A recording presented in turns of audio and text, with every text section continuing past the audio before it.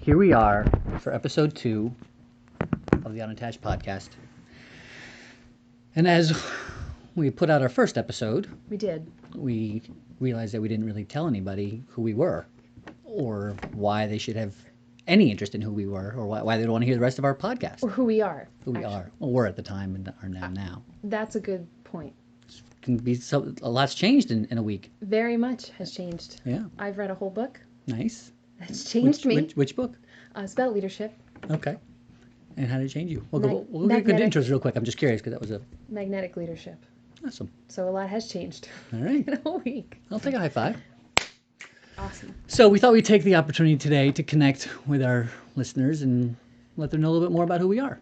Yeah. So she's Theresa Resga, He's Ryan Stanley.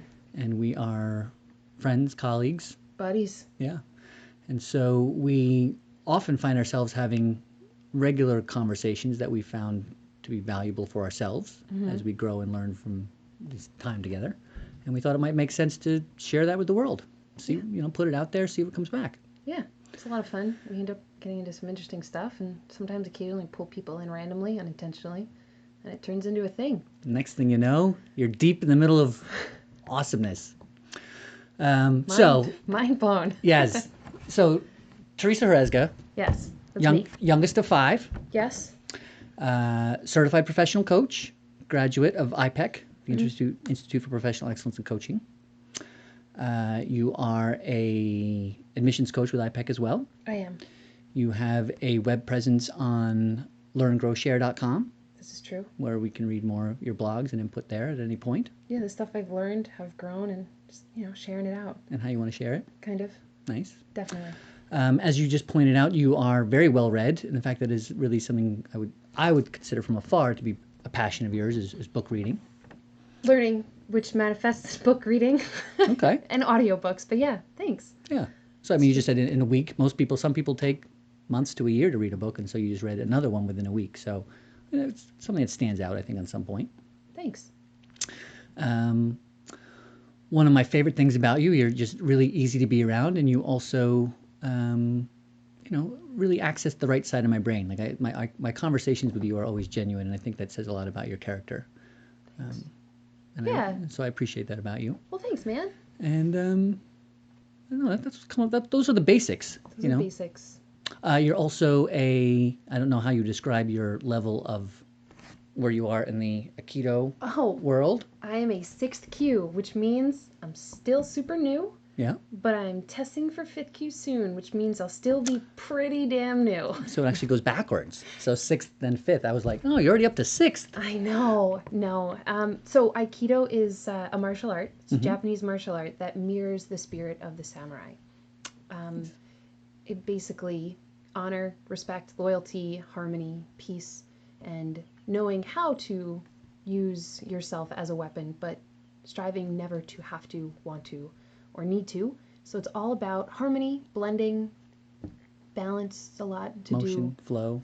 Yeah, and it's a total life practice, which is kind of the thing that really drew me in. So it's pretty cool. And the reason why you go backward is, the ranks really don't matter in Aikido. It's really just to mark the length of time and where you are in this point in time. So they just kind of call it a thing and pick some numbers and, you wear a white belt for like 20 years and then you get a black one, but you cover it up with these fancy pants. So nobody Doesn't even matter knows. anyway. Exactly.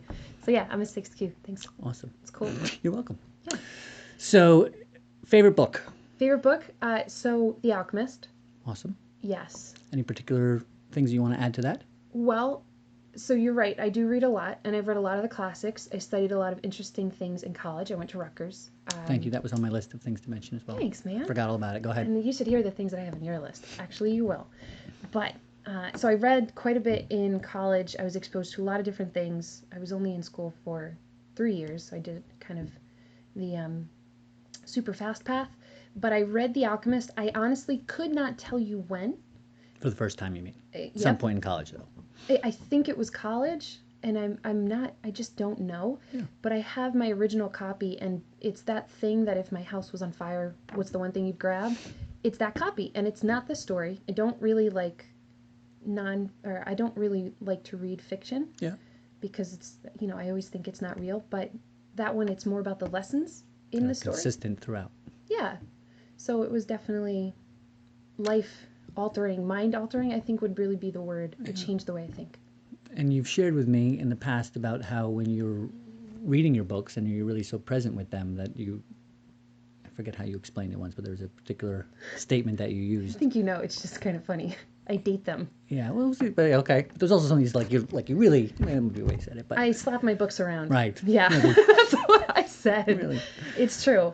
I really get into it. And I made the mistake of subscribing to Success Magazine as well as Entrepreneur Magazine, and those things get read Pretty hardcore. multiple times sometimes, and I tear pages out and I kind of put them on the wall and reread them sometimes day to day, depending. It definitely looks like a coach lives where I live. And One does. It's true. It's true. I was actually talking today about, somebody said, "Oh, what's your podcast about?" And I was like, "Oh, coachy shit, And I Well was like, put. "Oh, coachyshit.com. That might be something we can look into in the future. Explore that at coachyshit.com. Coach IE with a Y. I'm not sure how it would go, but SHITIE. right, Shite. a lot of different We opportunities. can work with it. Yeah. Milton. Do you write in all of your books as well, like as you're reading, or is it mostly mental notes? I have a very tactile experience with my books. That is why I don't lend books. Right. I buy you a book. If I'm going to Get your suggest own a book, version.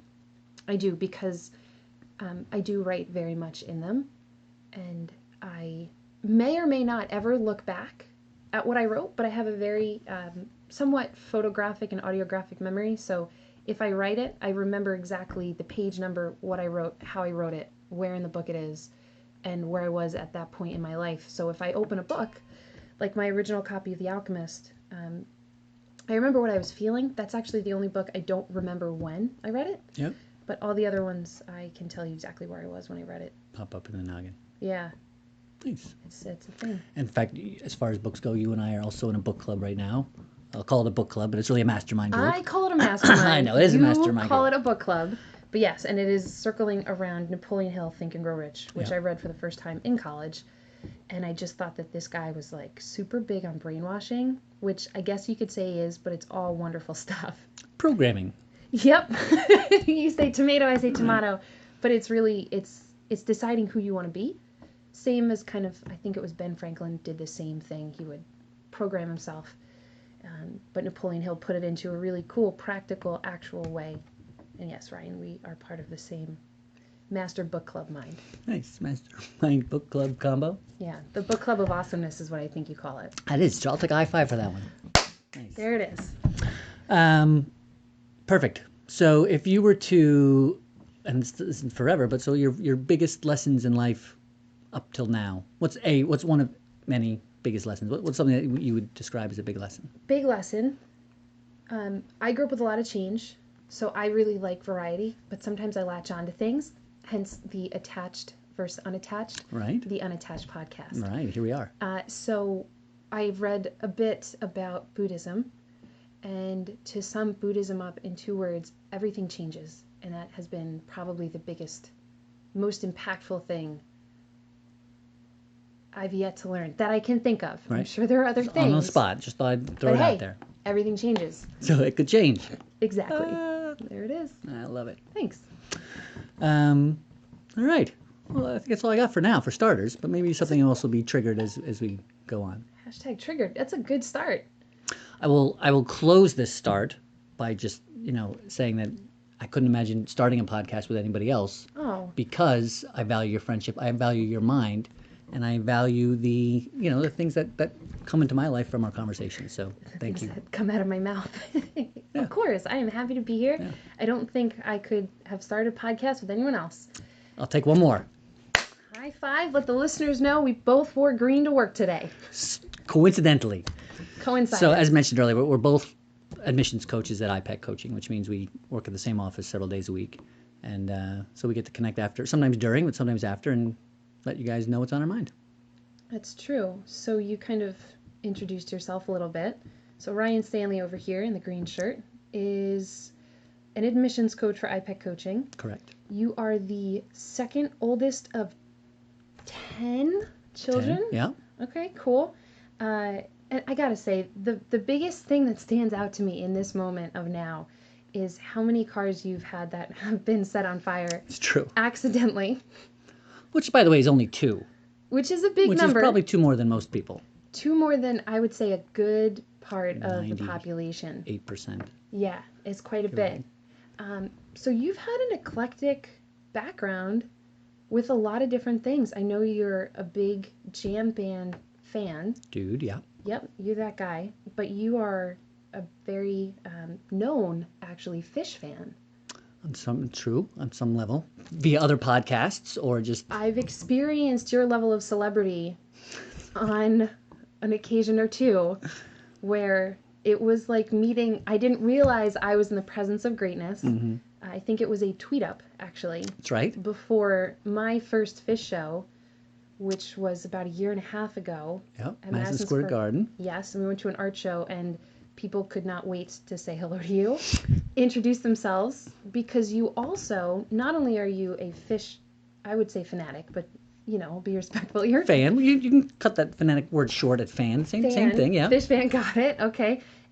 You also own a t-shirt company called Right. Setlist Tees, SLT. Setlist Tees, that's true. Yeah, super cool. Yep. It's not just Fish, but right now we've got about 6 or 7 bands, but the concept is quick and simple. Your favorite date from your favorite concert on the front. Sometimes it's designed featuring something about that concert, Yeah, and then the set list from the concert is on the back. Yep, set list on the back, and I actually think you're wearing a Setlist tee right now, aren't you? I am, actually. July 31st, 1974, Grateful Dead. I think it's Hartford Civic Center. You know, I'm just going to trust you on that because you know these things, and it's got a beautiful design on the front. There is actually an eye and a globe and a few roses kind of climbing up the side. It's it's a really unique design. Thanks. It's peaceful. Based on Grateful Dead's song Eyes of the World. That makes sense. And a lot of their stuff has roses in it. It's just kind of, they do skeletons, skulls, and roses, and for the whole Grateful Dead thing. Such a lively bunch. Yeah. Cool. So one of the other things that I think is very interesting about you, because I'm the youngest of 5, so I've never changed a diaper. I'm very limited in my experience with children, and I know you have 2 sons who are both totally awesome guys. I like them. Yep, and you used to own and operate the place. Daycare center. That's it. That's the right. place for the The place small where children. the children go. They go when the parents are at work. So I always thought that was super cool, considering my limited experience with children. Yep. But back to who you are now in this day and age. Like I mentioned, you are an admissions coach for IPEC Coaching, but you also do internal coaching here. You connect with pretty much all of us. Right. The Decently employees. often. Yeah, tell me more about that. Coaching is something that, I love. Once I realized the value and the power of the process and how it makes sense to have somebody else to approach you from a detached perspective. They still have your agenda and not their own, but they're not attached to the things that you're attached to, such as outcomes or even just emotional responses from family members or anything that would keep us from playing big. Mm-hmm. And so I've been at IPEC for 8 years now, and for a good part of that, there has not been any internal coaching here. And I thought that was something that should change. So Awesome. I had a conversation with our founder about it, and in December of 2016, introduced the internal coaching program. Awesome. So now I try to, and it's nothing crazy. I mean, I'm still pretty busy with my other activities as an admissions coach, but I try to connect with everybody once a month, anybody who's interested, and I'm available for spot coaching if challenges come up. But it's mostly just about, it's a lot around self-leadership. What would you like to see different around here as an organization as we grow? And what are you interested and willing to do about that? That's part of it. But then sometimes it's coaching around just themselves and personal stuff, professional stuff, whatever.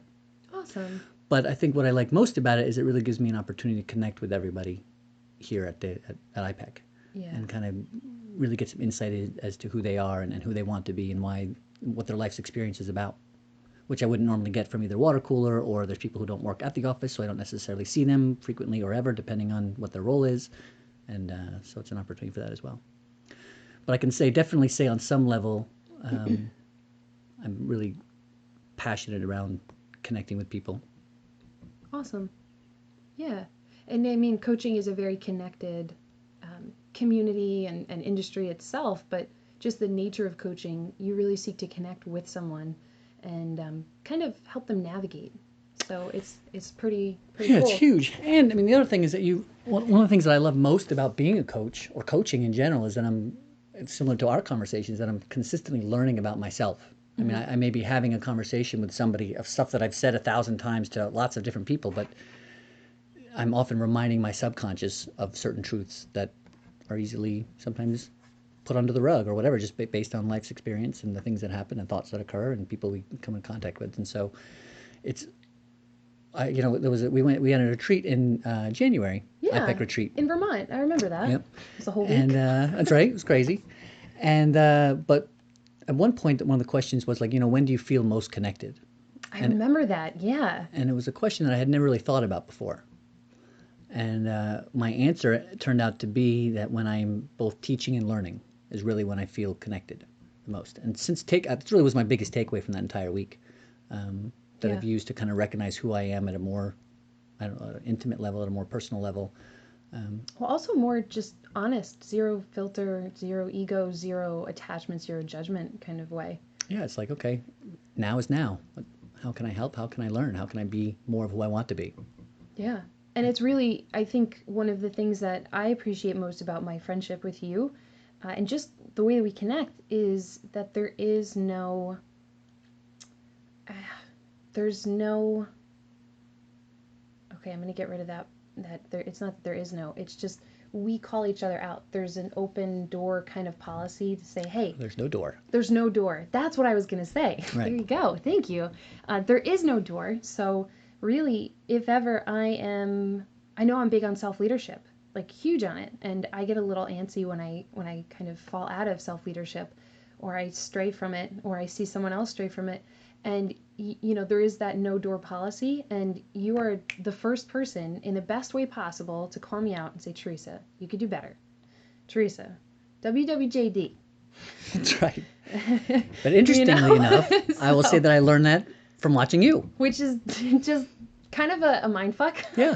But it's a good reminder. So it's super cool to have an ally who's a lot of fun, introduced me to a ton of new music that I'm still acclimating. I'm stuck on this EDM thing. I don't know. Right. Trying to cut down personally. I am, but there's so much kind of, transference of interest. And I know I talk to you all the time about books, and sometimes we'll read the same book and talk about it and things. But my favorite part, the thing I would say I'm most grateful for, is the fact that there is someone, you, who is there to call me out basically whenever, wherever, however, obviously with the highest and best intention at heart. And it's really cool to have that space to grow and to learn and realize that there is no agenda. And as you always put it, which you've definitely changed my mind on this, because I can be a little impatient at times, it's the long game. Right. The whole experience of the long game of life. Everything doesn't have to happen right now. It is happening. It is happening. All the time. Right now, yeah. Yes, exactly. Which, yes. Once you decide that, right? Absolutely. It's like I forget one of our conversations, it was like, okay, whatever you want is on the other side of time. Whatever that means, right? So what do you want to do with that time in the meantime? Like every second of that time. And is it leading towards that eventual outcome? Mm-hmm. If one of the answers, like if the answer is no, if you feel like the direction that you're not going is towards this, then it's almost like you're deciding that it's not on the other side of time. So then, how would you rather, what would you rather be doing? Yeah, it's like the example we use all the time is being stuck in traffic. Right. You are stuck in traffic. You can spend that time being angry, victim. You can banging your steering wheel. You can giving the middle finger to people trying to cut you off. Laying it on the horn. You could do anything that you want. Or, on the inverse side of that, my mind goes straight to audiobooks. Right. And reading books, and it depends on how slow the traffic is. Yeah. But how do you want to spend that time? And that's a cool thing to do, because you can literally choose how you want to show up in any given moment, at any time. However, knowing that time is really just the thing that's in between you and where you're going. Your eventual outcome. Yeah. So exactly. Yeah. So to stretch that out, if life was a giant traffic jam, right? Sounds awesome. It doesn't sound, yeah. No, it doesn't sound awesome. The concept, you're in this vehicle of life, True. Knowing you're going to get to your destination. How do you want to spend it? That's been a really great way for me to rationalize some of the decisions I've made. But in actuality, it is a very unique way to experience life because everything changes and that's okay. And you can decide and you know what's going to happen eventually. So how do you want to spend that time? And to that same point, it's like, okay, so we naturally often go to what won't happen or the bad thing that could happen. True. Or, and so along the same line, there's an opportunity to say, listen, I have time to think about two outcomes, right? I can spend my whole time spending so we'll use the traffic jam example. Very good. Thank you. I'm working on my enunciation. Sorry. Red leather, yellow leather. Right, exactly. Red leather, yellow leather. Aluminum, linoleum, aluminum. Watermelon, bubblegum, bubblegum, watermelon.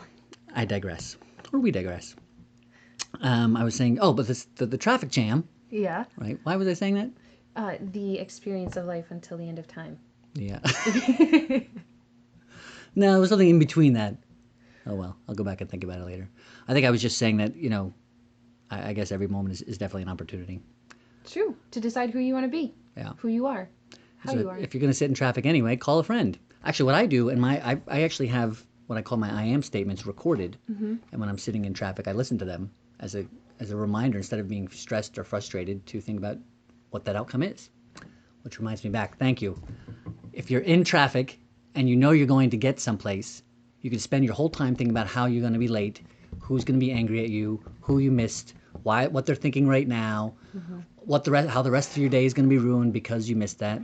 Or you can spend your whole time thinking about how beautiful life is. And it's not just about, sunshine and rainbows, as much as it is just about choice. So, or thank you for oxygen, or... You taught me that. The literal gratitude for everything. Right. And I remember telling you only boring people get bored. Do you remember that? I do. I pulled that out a couple times this weekend, unintentionally, probably at bad times. I'm still learning to control my excitement for boring people, right. Getting bored. But it's the same thing. It's kind of like you can literally be grateful for anything. And you sparked that in me with the oxygen, Right. It's like, Ryan, what are you talking about? It's like, Theresa, I woke up this morning, I was just thankful for oxygen. And I was thankful for having lungs that breathe oxygen.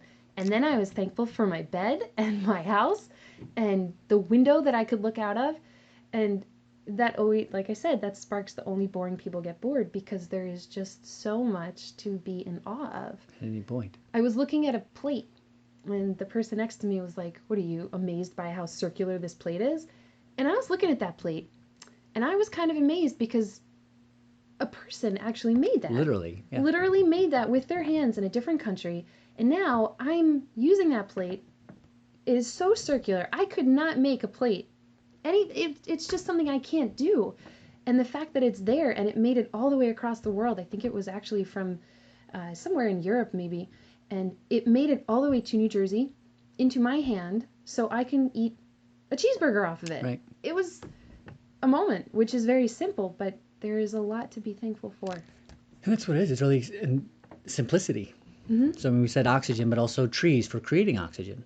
And then gravity for creating, the ability for water to run downhill to, it's like all these tiny little things. We're getting pretty meta. I know. We're going deep. At any point you can say, if anybody says, I don't really have anything to be thankful for, yeah, that's always a lie. Well, it's true. It's always a lie, but it's a lack of awareness. Right. It's the perspective.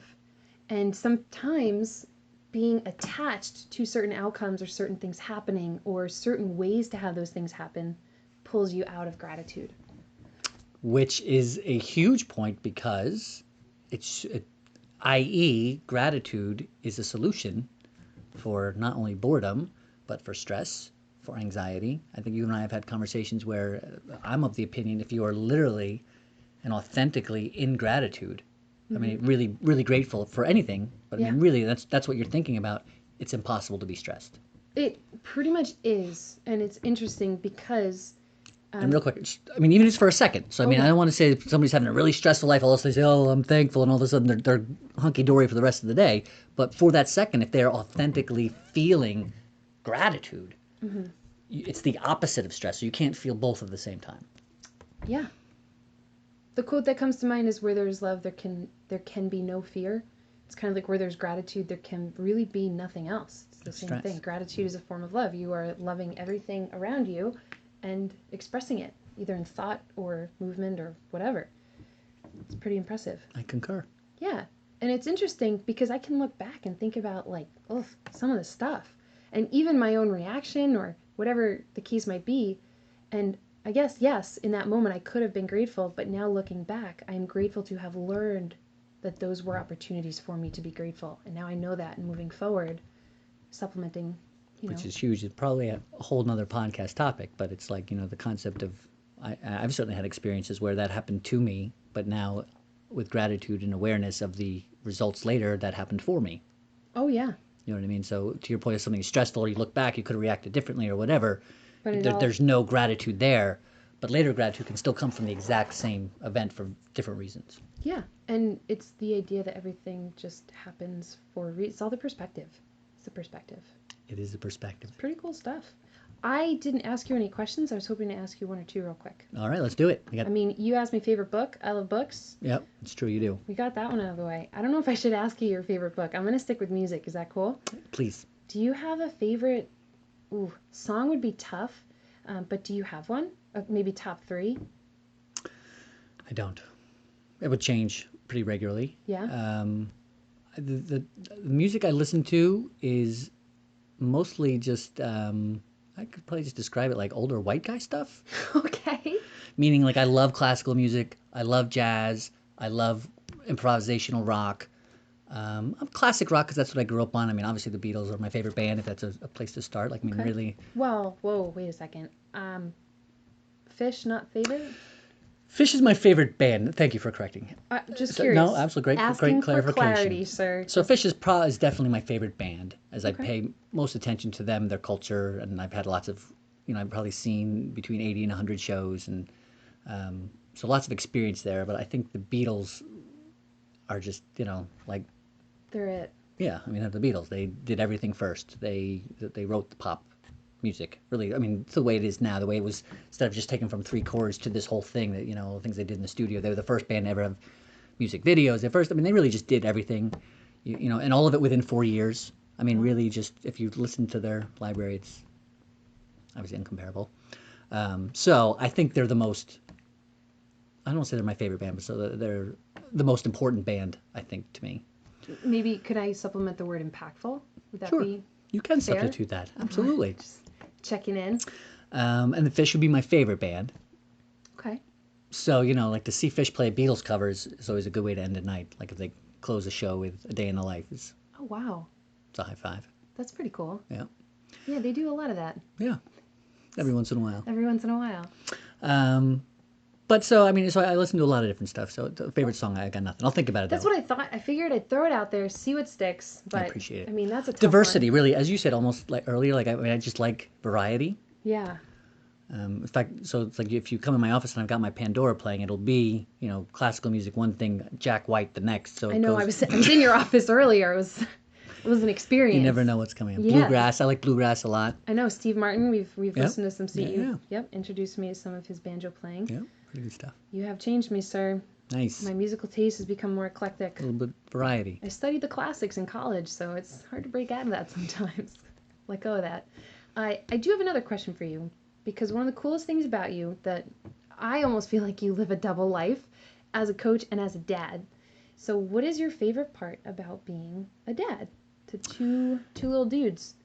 Easily, it's the lessons. It is learning. It's going back to when I'm most connected because I'm at that point where I'm both teaching and learning all the time.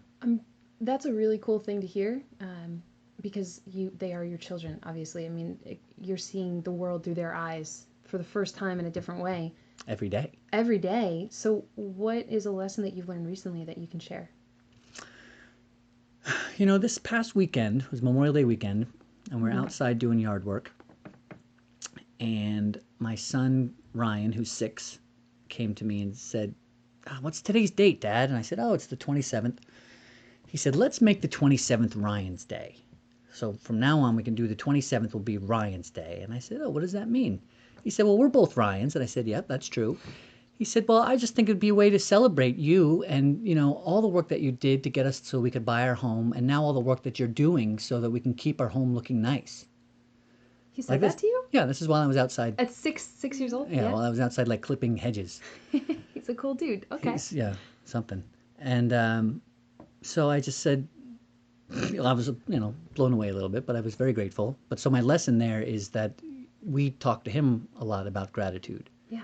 And, thank you for being a good listener today, but thank you for saying the things that you did to somebody else. So it's like the lesson there is be who you want your children to be, which you and I have talked about integrity. Oh my gosh, integrity yeah. is about being who you should be all the time. Or And not should, I don't like the word should. But when nobody's looking, when Right. nobody's watching, when you're with your children, I call them the moments of lonely choice, where you can choose to do something and no one else would know, but integrity speaks to a different action. Right. Yeah. So when I see results like that in my son, who's also very aware and a little bit advanced, if I have to brag a little bit. He's definitely an adult trapped in a child's 6-year-old body. yeah. He might be like the Dalai Lama, something or other. But those are the types of things. And so my biggest lesson from parenthood, which really came within the last year, and I usually even get a little bit choked up thinking about it, is, for 5 years, my lesson was, be who I want to be for them. What's every moment of their life is is literally they're learning, especially in those first years of life. They're learning how to be, right? And so I think once I realized that that's who I could be for me, at the same time. For your kids. For my kids. But first I was only being that for them, or I was aware that I was being that for them. Yeah. But then the lesson that in any day, whether they're there or not, I can be that person, not for integrity purposes and not to be a great person, but to be because that's who I want to be. Yeah, for yourself. Right. And I know a guy who would call that, wait for it, a super double combo. That is a super double combo. It's you. You would call it a super double combo. Yeah, and you've actually instilled that in me. I'm now the person that makes their bed every morning, no matter what kind of thing. Because that's who you want to be. Well, yeah, I mean, I get a little, I call it neurotic, having positive habits, and it's really interesting because you've rubbed off on me in that way. I mean, over the course of time of, conversations and, well, obviously a couple books, but really being who you want to be, not just for someone else, but also really for yourself, because newsflash, the person you spend the most time with is you. Right, literally. So you got to have a good relationship with you. And if you build that habit of doing that as often as possible, I just wrote a blog post about speaking into existence, who we want to be. Yeah, I call it, my thing is like create the life that you want to live, that you're actively desiring to be a part of and creating. And your blog post, actually, I read it. Well, it's actually in front of you, which was kind of funny. I felt like we were watching a YouTube video that you've already seen. You're waiting for me to laugh. Right. It was a great post. I think you should definitely link it. You guys can check us out. We're on Facebook, Twitter, and by the way, links to our blogs, separate blogs will be there at any point. You can also just go to ryanstanley.com or TheresaHerezga.com, TheresaHerezga.com. LearnGrowShare.com, which takes you to Theresa Herezga takes you to Learn, Grow, Share. Lots of opportunities. It's all good. We're there.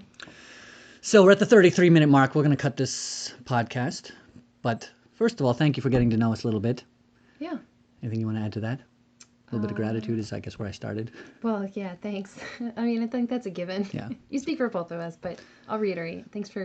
Well, thank you, Ryan. Thank you for being you. You know what?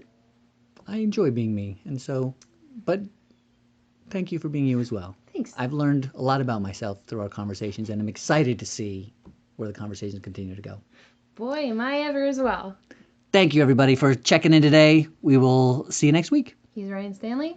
She's Theresa Herezga. High five. High fives all around.